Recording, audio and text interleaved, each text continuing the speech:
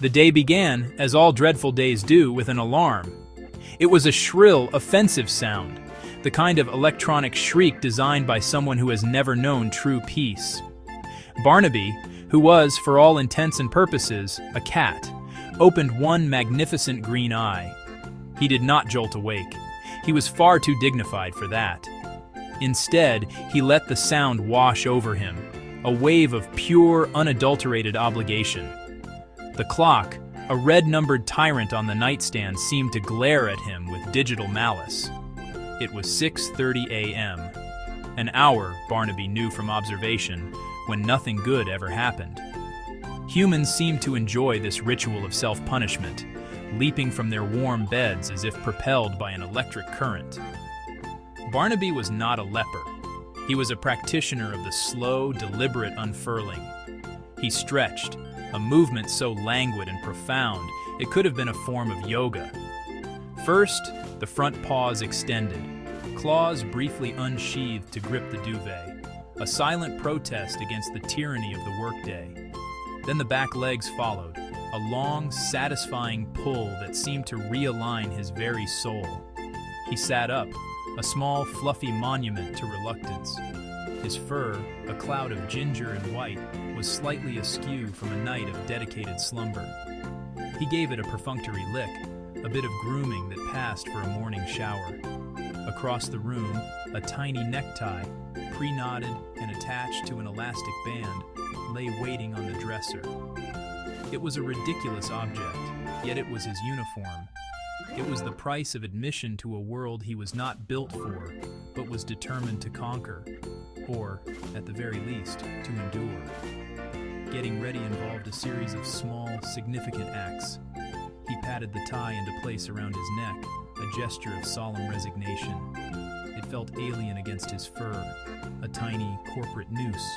He practiced his business walk across the bedroom floor, a gait that was meant to convey purpose and importance, but looked more like a cautious stalking of an invisible dust bunny.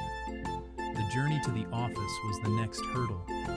He stood at the front door, his tiny briefcase, a repurposed catnip toy pouch, held firmly in his teeth. Barnaby, however, had his own method of commuting. He simply stared with intense, unblinking focus at the Roomba until it activated, then gracefully hopped aboard. The automated vacuum cleaner hummed to life, and his commute began. It was a slow, meandering journey across the living room floor, a far cry from the crowded subway cars his human counterparts endured. This was his moment of zen. The Roomba was his chariot, and he was its furry, unimpressed king. Barnaby stepped across the threshold, a small, fluffy explorer entering a new and perplexing land. The air inside was different, a sterile cocktail of chilled air, stale coffee, and the faint, almost imperceptible scent of human desperation. The lobby was a cavern of polished marble and unforgivingly bright lights. Everything was built on a scale that was, to him, frankly preposterous. The reception desk loomed like a great cliff face. The ficus in the corner was a veritable skyscraper. He paused, taking it all in, his tail giving a single, questioning twitch. This was the jungle, but its trees were made of steel and its predators wore sensible shoes. He proceeded with caution, his paws making no sound on the glossy floor.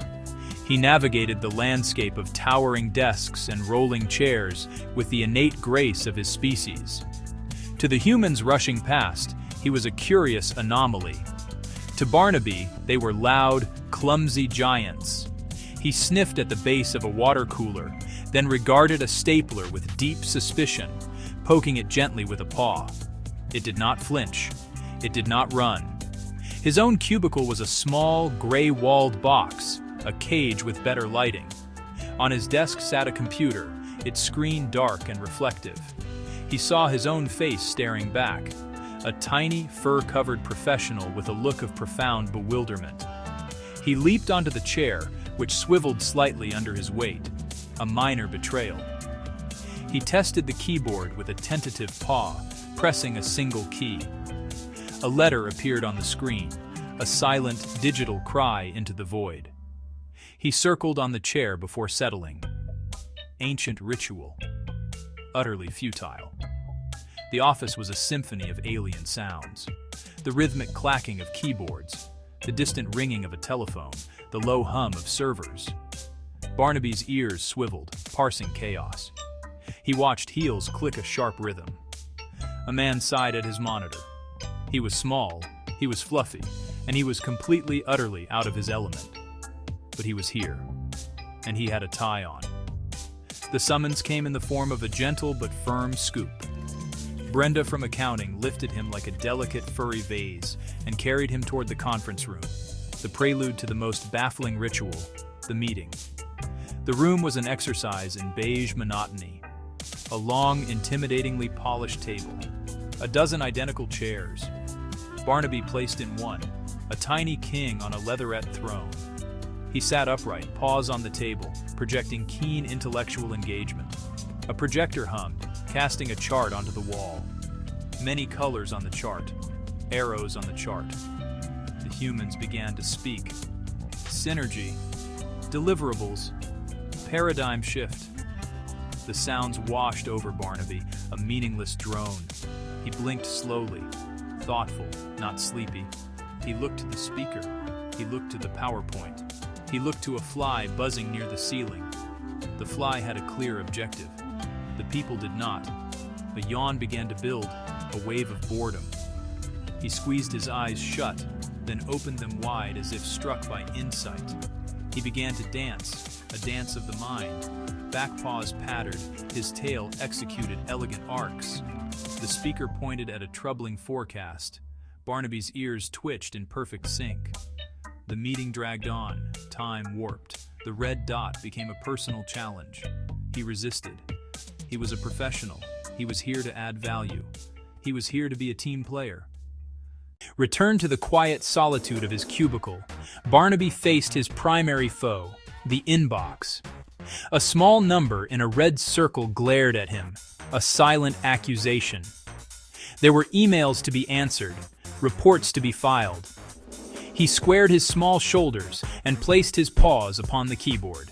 This was where the real work began, and where things invariably went wrong. His paws, designed for silent stalking and batting at stray threads, were not suited for typing.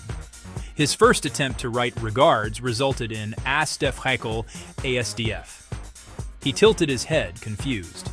He tried again with a single outstretched claw, pecking one by one. The process was agonizingly slow. He managed a sentence. Pel si atcht. It had taken him 7 minutes. In frustration, his paw slipped onto caps lock. The next email became frantic, accidental shouts. FYI, the report is on my desk somewhere, he typed, before realizing. He looked around, embarrassed, as if they could hear the volume of his text. The mouse was another instrument of torture, a sleek plastic creature that refused to be tamed. He nudged it with his nose. The cursor flew. He batted it. A dozen windows opened, a cascade of digital chaos. In a moment of sheer panic, he lay on the keyboard. A long, sustained beep, a document filled with an endless line of the letter H. He lifted his head, sighed. This was not going well. Yet, a file dragged to trash. A loading bar filled. Accomplishment. His greatest triumph. He accidentally initiated a video call with the branch office in Omaha. A man appeared, surprised. Barnaby simply stared back. Serene confidence. Total cluelessness. The man blinked and disconnected. Barnaby counted it as a win. He had asserted his mysterious silent authority. The clock on the wall mercifully indicated it was time for a break. Barnaby hopped down and made a beeline for the break room. The break room, the one place that made a lick of sense. The oasis, the watering hole. The air was thick with brewing coffee, and if he was lucky, the scent of a microwaved pastry. He walked in not as an employee, but as a monarch entering his court. He leaped onto the counter, his designated throne, and began his inspection.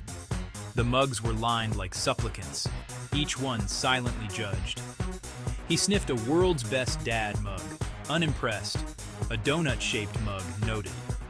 Humans paid tribute, a chin scratch, a whispered, "Hello, Barnaby." He accepted with a slow blink, regal benevolence. This was his domain.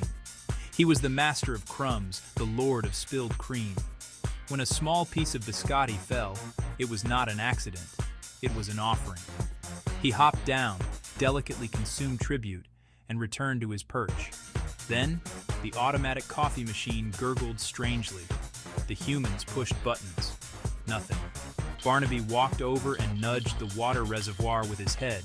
It clicked into place. The gurgling stopped. Coffee began to flow. A small cheer. They looked at him with newfound respect. He flicked his tail, a silent "you're welcome," and returned to his counter. The post-lunch period descended upon the office like a thick, drowsy fog. The brief euphoria of the break room faded, replaced by a heavy, soul-crushing lethargy. Barnaby felt it in his bones. His chair no longer felt like a throne, but like a pen. The computer glowed with an aggressive cheerfulness he could not match. He lay on a stack of freshly printed reports, still warm, the closest thing to a sunbeam in this sterile environment. His eyelids grew heavy. The clatter of keyboards became a distant, lulling drone. He entered a state of professional burnout, movements slow, deliberate, each requiring monumental effort. He lifted his head to look at the clock, then let it fall with a soft thud. He stared at a spreadsheet for 10 minutes, its grid blurred into a meaningless pattern. The lines looked like the bars of a cage. He was a prisoner of productivity, a captive of commerce. He let out a tiny, almost inaudible sigh, a puff of air carrying the weight of the corporate world. His attempts at work became half-hearted, almost pathetic. Nudge mouse 1 inch, rest for a minute. He stared at his reflection, pondering the absurdity. Why was he here? What was the purpose? Did any of it matter? He waited it out, a one-cat strike against the tyranny of the clock. Just as the day seemed to grind to a bleak conclusion, a small crisis erupted. Not fire or flood, an office-grade disaster. The main server, the digital heart, went down. Screens went blank. Silence, then panicked murmurs. The IT manager was on vacation. Chaos loomed. Barnaby, roused from his stupor, sat up and watched with calm, detached curiosity. He was drawn to the server closet. The door sat slightly ajar. Inside, warm, humming darkness. A technological nest of wires and blinking lights. He saw one cable unplugged, its end dangling inches from its port.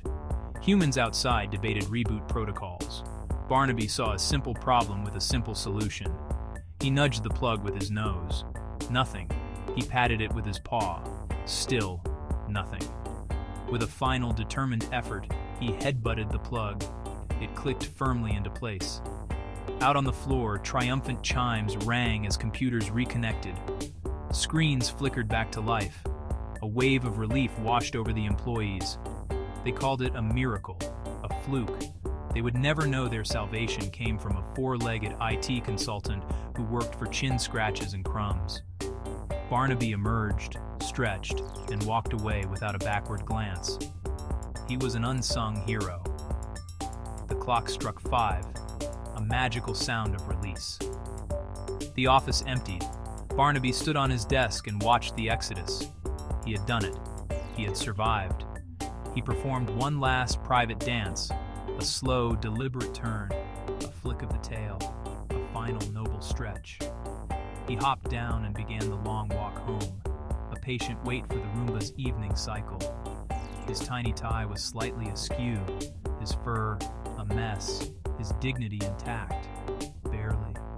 He was a survivor of the corporate grind, and tomorrow he would probably just sleep in.